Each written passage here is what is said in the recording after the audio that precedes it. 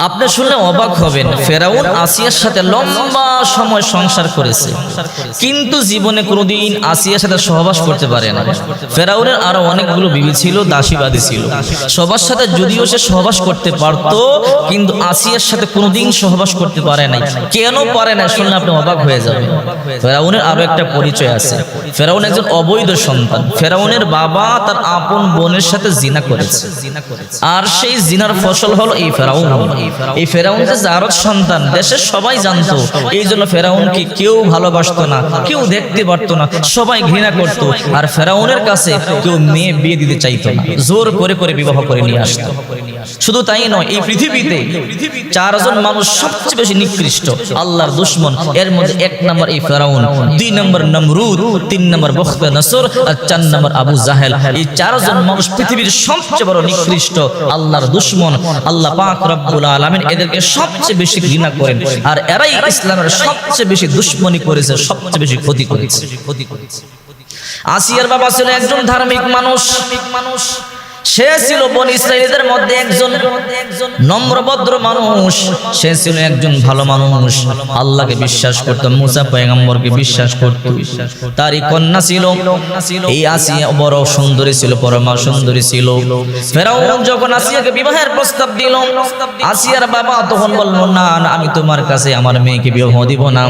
কারণ এই দুনিয়ার মধ্যে যত নারী ছিল, সবচেয়ে দামি নারী 4 জন বিশ্বনবী মুহাম্মদ রাসূলুল্লাহ সাল্লাল্লাহু আলাইহি ওয়াসাল্লাম বলেন, আফজালুন নিসাই আহলিল জান্নাতি খাদিজা বিনতে খুয়াইলিদ ওয়া ফাতিমা বিনতে মুহাম্মদ ওয়া মারইয়াম বিনতে ইমরান ওয়া আসিয়া বিনতে মুজাহিম। এই পৃথিবীর মধ্যে সবচেয়ে দামি নারী 4 জন। 1 নম্বর হলো মা খাদিজা, 2 নম্বর ফাতিমা, 3 নম্বর মারইয়াম, 4 নম্বর আসিয়া। এই জন্য বিশ্বনবী মুহাম্মদ রাসূলুল্লাহ সাল্লাল্লাহু আলাইহি ওয়াসাল্লাম বলেন, এই আসিয়াকে আল্লাহ বড় পছন্দ করতেন। আসিয়া আল্লাহকে এতটাই ভালোবাসতো, আসিয়াকে ফেরাউন এত অত্যাচার করেছে, জুলুম করেছে, কিন্তু কোনদিন আসিয়ার কলব থেকে আল্লাহর মহব্বত বের করতে পারে না। যখন মুজাহিমের কাছে গিয়ে বলল, আমি তোমার মেয়েকে বিয়ে করব, মুজাহিম বলল, হে ফেরাউন, তুমি আল্লাহর দুশমন, মুসার দুশমন, আমি তোমার কাছে আমার মেয়েকে বিয়ে দিব না। বলেন না, আমি তোমার মেয়েকে বিয়ে করতে চাই। বলে, তুমি একটা অবৈধ সন্তান, সবাই জানে। আর জেনে বুঝে আমি আমার একটা মেয়েকে, সভ্য ভদ্র নম্র একটা মেয়েকে, আমি তোমার মতো একটা জালেম, তোমার মতো অবৈধ সন্তানের কাছে বিয়ে দিতে পারবো না। এই জন্য ফেরাউন জোর করে আসিয়াকে বিয়ে করে নিয়ে আসলেন। আসিয়া ছিল পরমা সুন্দরী, একটা ভালো মেয়ে, সভ্য নম্র ভদ্র মেয়ে। যখন আসিয়া সত্যের দাওয়াত পেলেন, মুসা পয়গম্বর উপর ঈমান নিয়ে আসলেন। ঈমান আনবার কথাটা যখন ফেরাউনের কাছে চলে এলো, ফেরাউন যখন জানতে পারলো আসিয়া ঈমান গ্রহণ করেছে, ফেরাউন তখন বলে, যাও যাও, আসিয়াকে ধরে নিয়ে আসো। আসিয়াকে ধরে ফেরাউনের সামনে আনা হলো। ফেরাউন বলে, আসিয়া, শুনতে পারলাম তুমি মুসার ধর্ম গ্রহণ করে ফেলেছো। এই আসিয়া, তুমি তো জানো আমি খোদা, আমাকে কেউ খোদা না মানলে আমি তাকে হত্যা করে ফেলি, আমি তাকে আগুনের মধ্যে নিক্ষেপ করি অথবা গরম তৈলের মধ্যে নিক্ষেপ করি। আসিয়া বলে, হ্যাঁ ফেরাউন, আমি তোমার সাথে লম্বা সময় সংসার করেছি ঠিকই, কিন্তু আমি জানতাম না মুসার ধর্ম সত্য ধর্ম। যখন জানতে পারলাম, আর দেরি করি নাই, আমি মুসার কালিমা পড়েছি, ইসলাম কবুল করেছি। যদি এই কথা আরো আগে জানতাম, আরো আগে কালিমা পড়ে আমি মুসলমান হয়ে যেতাম। এই আসিয়া এই সংবাদ শুনবার পরেই তার উপর অত্যাচার শুরু হয়ে গেল। দেখেন আশ্চর্য ঘটনা বলতেছিলাম, এই আসিয়ার যখন বিয়ে হয়ে গেল, জোর করে যখন ফেরাউন তাকে বিয়ে করে নিয়ে আসলো, বিয়ে করবার পরে যখন বাসর ঘরে গেল, আসিয়া বলে, আল্লাহ, আমি জানি সে একটা জালেম, সে একটা জারর সন্তান। ওগো আল্লাহ, তোমার কাছে দরখাস্ত, আমার পিতা আমাকে তার কাছে বিয়ে দিতে রাজি ছিল না, জোর করে বিয়ে করে নিয়ে আসছে। আল্লাহ, সে যখন আমার সাথে একান্ত মিলিত হবে, সে যখন সহবাস করবার জন্য আমার কাছে আসবে, আল্লাহ তুমি তাকে আমাকে তার থেকে হেফাজত করো, সে যেন সহবাস করতে না পারে, কারণ সে একটা অবৈধ মানুষ, তার সন্তান আমার গর্ভে আসলে আমি সহ্য করতে পারবো না। আসি আল্লাহ দরবারে দোয়া করেছে, হে আমার রব, সে যখন আমার কাছে আসবে একান্ত গোপন সেই সম্পর্কের জন্য সহবাস করবার জন্য, তখন তুমি আমাকে হেফাজত করবে। আমি চাই না সে অবৈধ তার সন্তান আমার গর্ভে আসুক। এই জন্য ফেরাউন যখন আসিয়ার কাছে সম্পর্ক করবার জন্য যেতেন, রাত্রেবেলা সহবাস করবার জন্য যেতেন, আল্লাহর কুদরতি ভাবে তার সেই পুরুষাঙ্গ একেবারে ভিতরে চলে যেত। এটা মজে যেত, সে নপুংসক হয়ে যেতেন। আবার যখন আসিয়ার ঘর থেকে বের হতো আবার ভালো হয়ে যেত। অন্যান্য বিবিদের সাথে সহবাস করতে পারত, কিন্তু আসিয়ার সাথে পারতো না। আসিয়াকে আল্লাহ পাক রব্বুল আলামিন অলৌকিকভাবে হেফাজত করতে। সংবাদ যখন চলে এলো আসিয়া কালিমা গ্রহণ করে ফেলেছে, তাওহীদের প্রতি ঈমান এনেছে, একত্ববাদের প্রতি বিশ্বাস স্থাপন করেছে। আসিয়াকে ধরে হাত পা বাঁধা হলো। ফেরাউন বলে, আসিয়া এখনো সময় আছে, তুমি কালিমা সারিয়া দাও।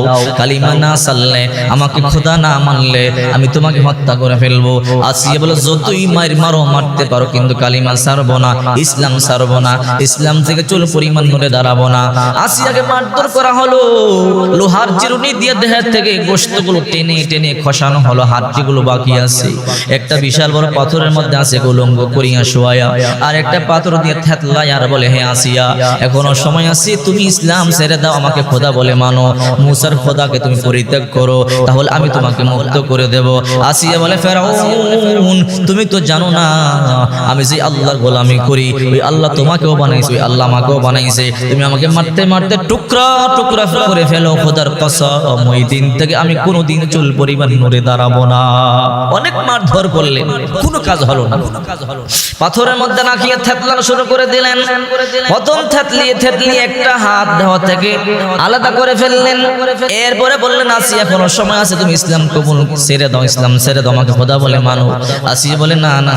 এবার থেতলানো শুরু করে দিলেন। একটা পা খসানো হলো, দুইটা পা খসানো হলো, দুইটা হাত খসানো হলো।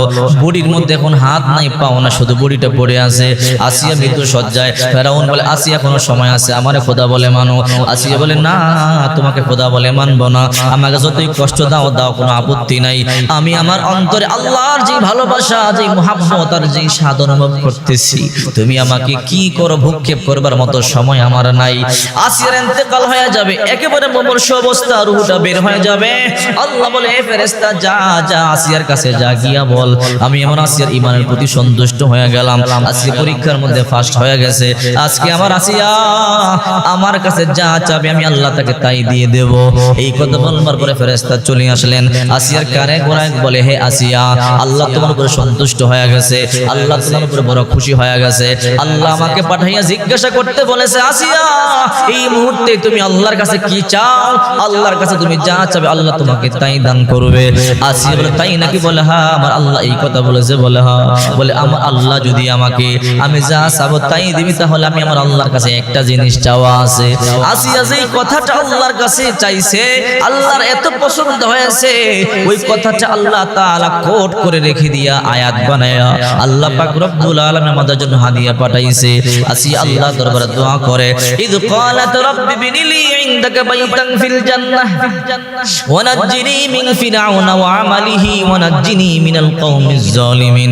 আসিয়া বলে, আল্লাহ তুমি যদি আমাকে দিতেই চাও, জান্নাতে তোমার কাছাকাছি আমার জন্য একটা ঘর বানায়া দাও, আর ফেরাউনের অত্যাচার থেকে আমাকে তুমি নাজাত দিয়া দাও।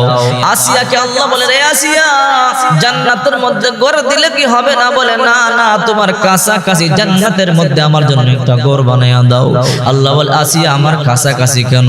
বলে, আল্লাহ দুনিয়ার মধ্যে তোমাকে দেখতে পাই নাই, কিন্তু তোমার ভালোবাসা অন্তরে লালন করেছিলাম, তোমার ভালোবাসার স্বাদ অন্তরে অনুভব করেছিলাম। ওগো মালিক, কিন্তু এই জান্নাতে আসবার পরে তোমাকে না দেখলে কলিজা ঠান্ডা হবে না।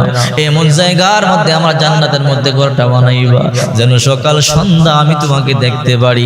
আমার মন যখন চায় তখন যেন আমি তোমাকে দেখতে পারি, দেখলেই যেন কলিজা ঠান্ডা করতে পারি। এই জন্য জান্নাত তোমার পাশাপাশি একটা ঘর বানাইয়া দিবা। আল্লাহ বলে, রে ফেরেশতারা তাড়াতাড়ি কর, আমার আসিয়ার জন্য জান্নাতে একটা ঘর বানা, আমার কাছাকাছি জান্নাতের মধ্যে একটা ঘর বানা। জান্নাতের মধ্যে একটা ঘর বানাইয়া ফেললেন। আল্লাহ বলে, রে ফেরেশতা আসমানের দরজাগুলো খুলিয়া দে, আমার আসিয়া জমিনের মধ্যে থাইকা যেন তার জান্নাতের নিয়ামতগুলো দেখতে পারে। দরজাগুলো খুলে দেওয়া হলো। আসিয়া উপরে তাকায়া তাকায়া হাসে, আর ফেরাউন এই দিক দিয়ে আসিয়াকে কষ্ট দেয়। ফেরাউন বলে, আসিয়া এত কষ্ট তোমাকে দেই, তুমি তো কান্না করো না, হাসতেছো, কারণটা কি বলো? ভালো। আসিয়া বলে ফেরাউন আমি আমার মাওলার দিদারে আছি, কিছুক্ষণ পরে আমার ইন্তেকাল হয়ে যাবে, সরাসরি জান্নাতের মধ্যে আমি প্রবেশ করব। আমার আল্লাহ আমার জন্য যে জান্নাতটা বানাইছে ওই জান্নাতটা আমি স্বচক্ষে দেখতে পাইতেছি, কিছুক্ষণ পরে আমি মরবার সাথে সাথে ওই জান্নাতের মধ্যে আমি প্রবেশ করব। আমার নিয়ামত নাজ নিয়ামত দেখতেছি রে ফেরাউন, এই দিকে তুমি আমার উপর কি অত্যাচার করো, কি করো, রুক্ষেপ করবার টাইম আমার নাই। আসি ইন্তেকাল করলো, আল্লাহ তাআলা সুসংবাদ দিলেন, আসিয়া হাসতে হাসতে আল্লাহর জান্নাতে চলে গেল। এই জন্য আল্লাহ পাক রব্বুল আলামিন বলেন ইন্নাল্লাযীনা ক্বালু রাব্বুনাল্লাহ থুম্মা ইসতাকামু তাতানাজ্জালু আলাইহিমুল মালায়েকাতু আল্লা তাখাফু ওয়া লা তাহজানু আবশিরু বিল জান্নাতিল্লাতী কুনতুম তুআদুন। সূরা হামিম সাজদা 24 নম্বর পারা 19 নম্বর পৃষ্ঠা 30 নম্বর আয়াত আল্লাহ পাক রব্বুল আলামিন বলেন নিশ্চয়ই যারা কথার স্বীকৃতি দিয়েছো ইন্নাল্লাযীনা ক্বালু রাব্বুনাল্লাহ আমি আল্লাহ তোমাদের রব, থুম্মা ইসতাকামু আর যদি এর উপর ইস্তেকামত থাকতে পারো তাতানাজ্জালু আলাইহিমুল মালায়েকা এদের অন্তিম সময়ে ফেরেশতারা এসে কানের গোড়ায় বলে আল্লাহ তাখাফু ওয়া লা তাহজানু তোমাদের টেনশন নাই, তোমাদের কোনো ভয় নাই, ওয়া আবশিরু বিল জান্নাতিল্লাতী কুনতুম তুআদুন সুসংবাদ গ্রহণ করো যেই জান্নাতের ওয়াদা আল্লাহ দিয়েছে, মরতে দেরি ওই জান্নাতের মধ্যে প্রবেশ করতে তোমাদের দেরি হবে না, মরতে দেরি হবে, জান্নাতে ঢুকতে দেরি হবে না। এই জন্য আসিয়া ছিল একটা নেককার নারী, পরহেজগারিনী নারী, এই জন্য দোয়া করেছে আল্লাহ ফেরাউন জোর করে আমাকে বিবাহ করেছে, কিন্তু আল্লাহ সে যখন সহবাস করবে সেই সুযোগটা তাকে তুমি দিবা না, কারণ তার অবৈধ সন্তানের মা আমি হতে চাই না। সে যখন সহবাস করবার জন্য আমার কাছে আসবে তুমি তাকে নপুংসক বানায়া দিও। চেষ্টা করেছে ঠিকই, কিন্তু পারে নাই। ইব্রাহিম আলাইহিস সালামের স্ত্রী সারা যখন এক জালেম বাদশার কবলে পড়লেন, এমনই হয়েছিল ওই জালেম বাদশা যখন তাকে নষ্ট করবার জন্য তার কাছে যেতে চাইতো তখন তার হাত পা অবশ হয়ে যেত। এই জন্য যখন কোনো নেককার নারী পরহেজগার নারীকে যখন কেউ নষ্ট করতে চায়, খারাপ করতে চায়, আল্লাহ পাক রব্বুল আলামিন তখন তাদেরকে হেফাজত করে কুদরতিভাবে আল্লাহ পাক এদেরকে সাহায্য করেন। এই জন্য যেই সমস্ত নারীরা নেককার হবে, পরহেজগারিনী হবে, আল্লাহ অবশ্যই এদেরকে